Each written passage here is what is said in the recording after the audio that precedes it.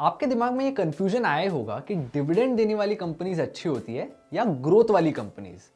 फिकर not, master the market, a series by Angel One will be here every Sunday to decode such doubts that you may have, ताकि आप एक informed investment decision ले सकें।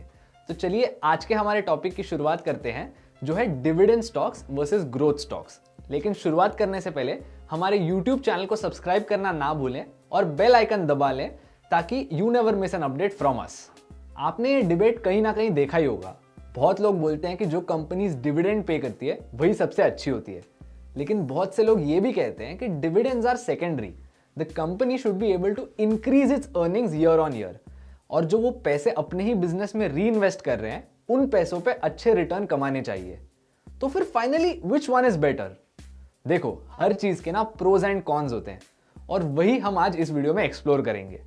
लोगों को ना डिविडेंड पेइंग स्टॉक्स पसंद आते हैं क्योंकि हर कुछ महीनों में ना वो अपने प्रॉफिट्स का थोड़ा सा हिस्सा अपने शेयर होल्डर्स को डिस्ट्रीब्यूट करते हैं एज डिविडेंड।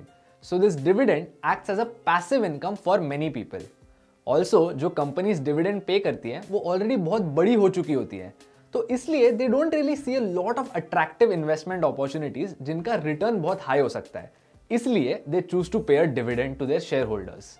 अब ये बात तो आप जानते होंगे कि गवर्नमेंट कंपनीज हर साल बहुत अच्छा डिविडेंड्स देती है। Does that mean government companies are really strong and huge companies that have grown well?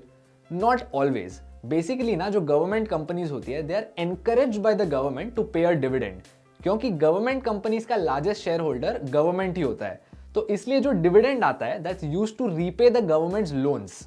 लेकिन ना डिविडेंड कंपनीज का एक बहुत बड़ा फायदा होता है, they can help you find out the intrinsic value of the stock or the true value of the stock.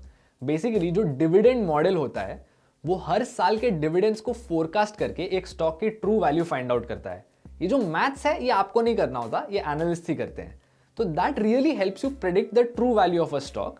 लेकिन जो कंपनीज बहुत अच्छा डिविडेंड देती रहती है ना, उनके अर्निंग्स का ग्रोथ स्टॉक्स के अर्निंग्स से सिग्निफिकेंटली कम होता है। अब आते हैं ग्रोथ स्टॉक्स की तरफ। ग्रोथ स्टॉक्स वो कंपनीज होती हैं जो हर साल अपने सेल्स और अर्निंग्स में सिग्निफिकेंट ग्रोथ दिखाते हैं। ये कंपनीज ना नॉर्मली स्मॉल से मीडियम साइज की होती है, which would someday grow to become giants. इसी रीजन के वजह से ये बड़ा डिविडेंड नहीं देती, because they believe in investing all of their own money in their own business, ताकि वो अपने बिजनेस को और बड़ा कर सके। जो सारे ग्रोथ स्टॉक्स होते हैं ना, उसमें the following things are generally very high.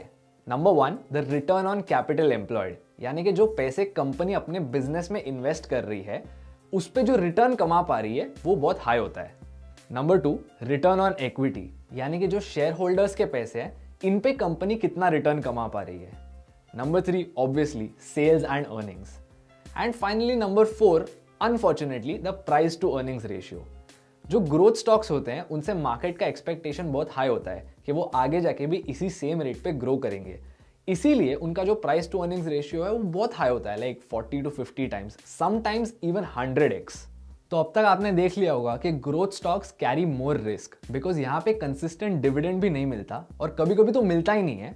And there is a lot of price risk, क्योंकि कंपनी के अर्निंग्स भी वॉलेटाइल होते हैं as compare to dividend paying stocks, जहाँ पे आपको इनकम तो आता रहता है लेकिन प्राइस अप्रिसिएशन इतना अच्छा नहीं होता।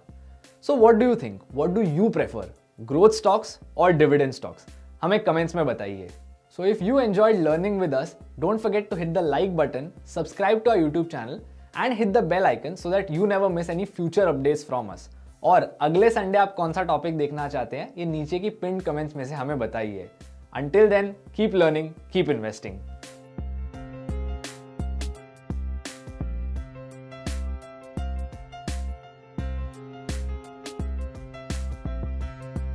Investments in securities market are subject to market risks. Read all the related documents carefully before investing.